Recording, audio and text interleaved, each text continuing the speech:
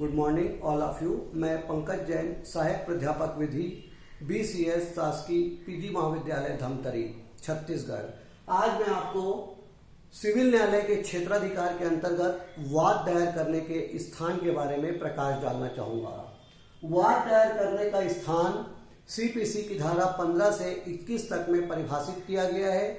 पिछले पीरियड में मैंने आपको सिविल न्यायालय के क्षेत्राधिकार के बारे में बताया कि सिविल न्यायालय को ऊपर से नीचे तक क्रम है, जिसमें उच्चतम न्यायालय, उच्च न्यायालय, जिला न्यायालय और उसके नीचे फिर अधीनस्थ न्यायालय आते हैं। इसी प्रकार सिविल न्यायालय के क्षेत्राधिकार को भी हमने 4 भागों में बांटा, जिसमें विषय वस्तु संबंधी क्षेत्राधिकार, आर्थिक क्षेत्राधिकार, स्थानीय या प्रादेशिक क्षेत्राधिकार और मूल या अपीली क्षेत्राधिकार।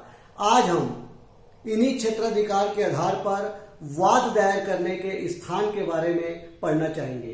वाद दायर करने का स्थान धारा 15 से 21 तक में परिभाषित किया गया है, जिसे 5 बिंदु में मैं बताना चाहूंगा।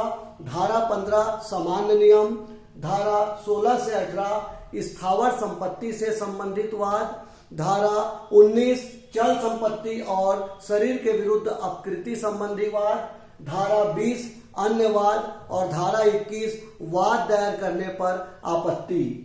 सबसे पहले हम देखेंगे सामान्य नियम धारा 15, वह न्यायालय जहां वाद संस्थित हो। धारा 15 बोलती है कि वाद दायर कहां किया जाएगा। तो सबसे पहला सामान्य नियम केवल यही है कि वाद उस न्यायालय में दायर किया जाएगा जो सबसे निम्नतर न्यायालय है, लेकिन निम्नतर न्यायालय भी सक्षम न्यायालय होना चाहिए। अतः सामान्य नियम धारा 15 कहती है वाद उस न्यायालय में दाखिल किया जाएगा जो वाद दायर करने के लिए, उसे सुनने के लिए निम्नतर श्रेणी का सक्षम न्यायालय हो। अतः वाद दायर करने के स्थान का निर्धारण करना अत्यंत आवश्यक है। यहाँ पर निम्नतर न्यायालय की वाद सुनने की सक्षमता और उसकी विषय वस्तु और उसके मूल्यांकन के आधार पर निर्धारित की जाएगी। यदि कोई निम्नतर श्रेणी का न्यायालय ऐसे मामले का विचारण करे जो उसकी धन संबंधी अधिकारिता से अधिक है, तो ऐसा निर्णय अवैध माना जाएगा और ऐसी डिक्री शून्य मानी जाएगी। अतः धारा 15 के अनुसार वाद सर्वप्रथम निम्नतर श्रेणी के सक्षम न्यायालय में दायर किया जाए। दूसरा है अचल संपत्ति से संबंधित वाद, धारा 16, 17 और 18। यहाँ कहा गया किसी विधि द्वारा विहित धन या अन्य परिसंपत्ति के अधीन रहते हुए अचल संपत्ति का वाद किस न्यायालय में दायर हो। इसमें 6 प्रकार की शर्त है। इन 6 परिस्थिति को हम देखेंगे और फिर यह जानेंगे कि ऐसी स्थिति में वाद किस न्यायालय में दाखिल होगा। नंबर 1, अचल संपत्ति का किराया, अचल संपत्ति का लाभ या इसके बिना अचल संपत्ति की पुनः प्राप्ति का वाद। दूसरा, अचल संपत्ति के विभाजन अर्थात पार्टीशन का वाद। तीसरा, अचल संपत्ति का बंधक अर्थात मॉर्गेज, अचल संपत्ति का भार अर्थात चार्ज, और इस अवस्था में पूर्वबंध, विक्रय या मोचन के लिए वाद, रिडेम्पशन। अर्थात जब अचल संपत्ति का बंधक किया जाता है, भार किया जाता है, तो ऐसी दशा में अचल संपत्ति का विक्रय, मोचन आदि की दशा में वाद किस न्यायालय में दाखिल किया जाएगा। चौथा, अचल संपत्ति के किसी अधिकार या किसी हित का यदि निर्धारण करना है तो वाद किस न्यायालय में दाखिल होगा।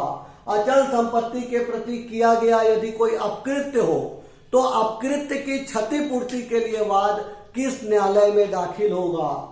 और कुर्की के अधीन यदि चल संपत्ति को हमें फिर से प्राप्त करना है तो वाद किस न्यायालय में दाखिल होगा।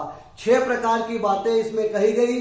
अचल संपत्ति की किराया और लाभ या उसके बिना फिर से प्राप्ति के लिए वाद, अचल संपत्ति का बंधक आदि किए जाने पर या अचल संपत्ति के विक्रय, रिडेम्पशन आदि की दशा में वाद कहाँ दाखिल होगा।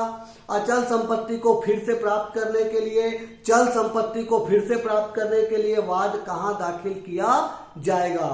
इन 6 परिस्थिति में वाद ऐसे न्यायालय में दाखिल किया जाएगा जहां वह संपत्ति स्थित हो। धारा 16 बोलती है यदि ये 6 परिस्थिति है या इनमें से कोई परिस्थिति है तो वाद ऐसे न्यायालय में दाखिल होगा जहां पर वह संपत्ति स्थित हो। धारा 16 में कुछ अपवाद भी है। यदि प्रतिवादी ने कोई दुष्कृति की है तो वो वाद कहां दाखिल होगा, इसमें 2 नियम है। पहला, जिस न्यायालय के क्षेत्राधिकार में वो संपत्ति स्थित है, या दूसरा जहां प्रतिवादी स्वेच्छा से निवास करता है, कारोबार करता है या लाभ के लिए कार्य करता है। अब हम देखेंगे धारा 17, विभिन्न न्यायालय की अधिकारिता के भीतर स्थित स्थावर संपत्ति के लिए वाद। धारा 17 बोलती है यदि अचल संपत्ति विभिन्न न्यायालय के क्षेत्राधिकार की सीमा में स्थित हो तब वाद कहां दाखिल होगा। वाद किसी भी ऐसे न्यायालय में होगा जिसकी अधिकारिता की सीमा में संपत्ति का कोई भाग स्थित है।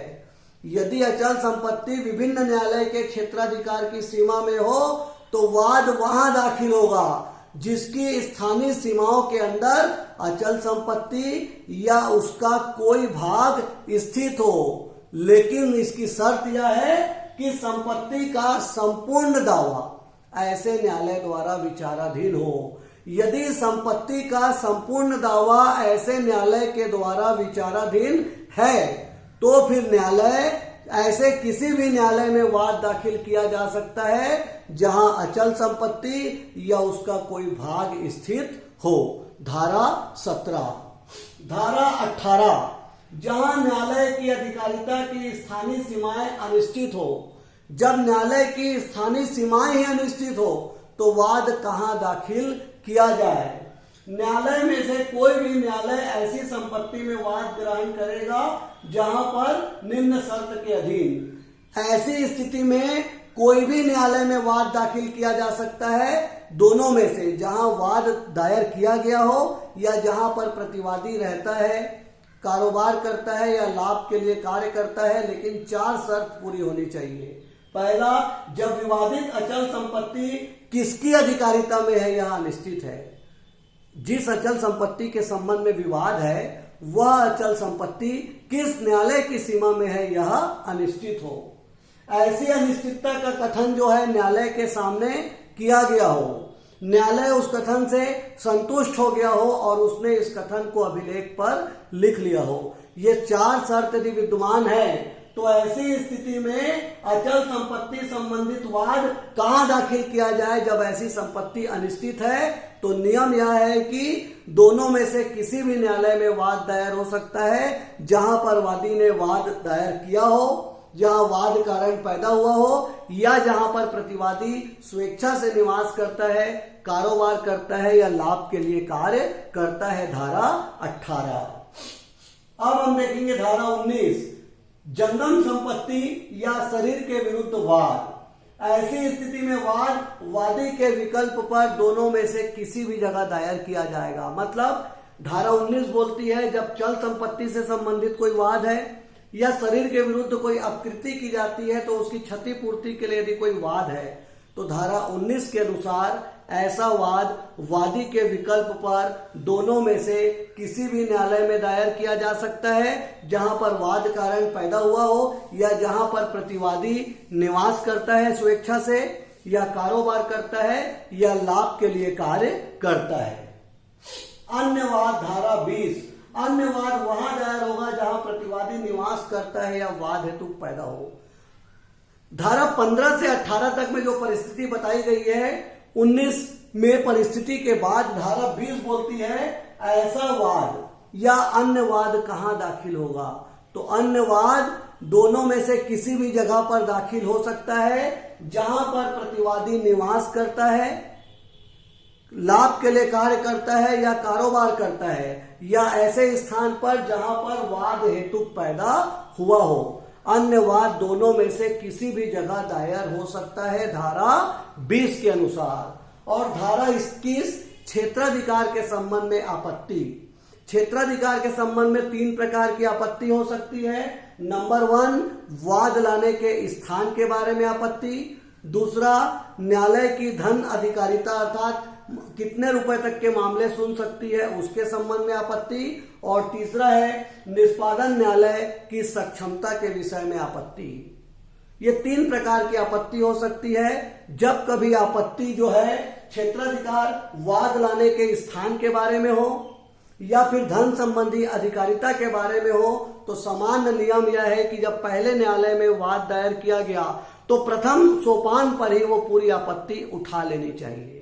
और यदि निष्पादन न्यायालय की सक्षमता के बारे में भी कोई आपत्ति है तो पहले सोपान में ही जब निष्पादन कार्यवाही चल रही थी तभी वो वाद या वो प्रश्न को उठा लेना चाहिए, क्योंकि अपीली न्यायालय या पुनरीक्षण न्यायालय तब तक ऐसे मामले की सुनवाई नहीं करेगा जब तक उसमें न्याय की विफलता न हो जाए। अतः यदि क्षेत्राधिकार के संबंध में किसी भी प्रकार की आपत्ति है तो प्रथम न्यायालय में प्रथम सोपान में ही वो आपत्ति उठा ली जानी चाहिए। इस प्रकार दीवानी प्रक्रिया संहिता 1908 की धारा 15 से लेकर धारा 21 में वाद दायर करने के स्थान के बारे में विस्तार से प्रकाश डाला गया है कि कौन सा वाद किस न्यायालय में दाखिल किया जा सकता है।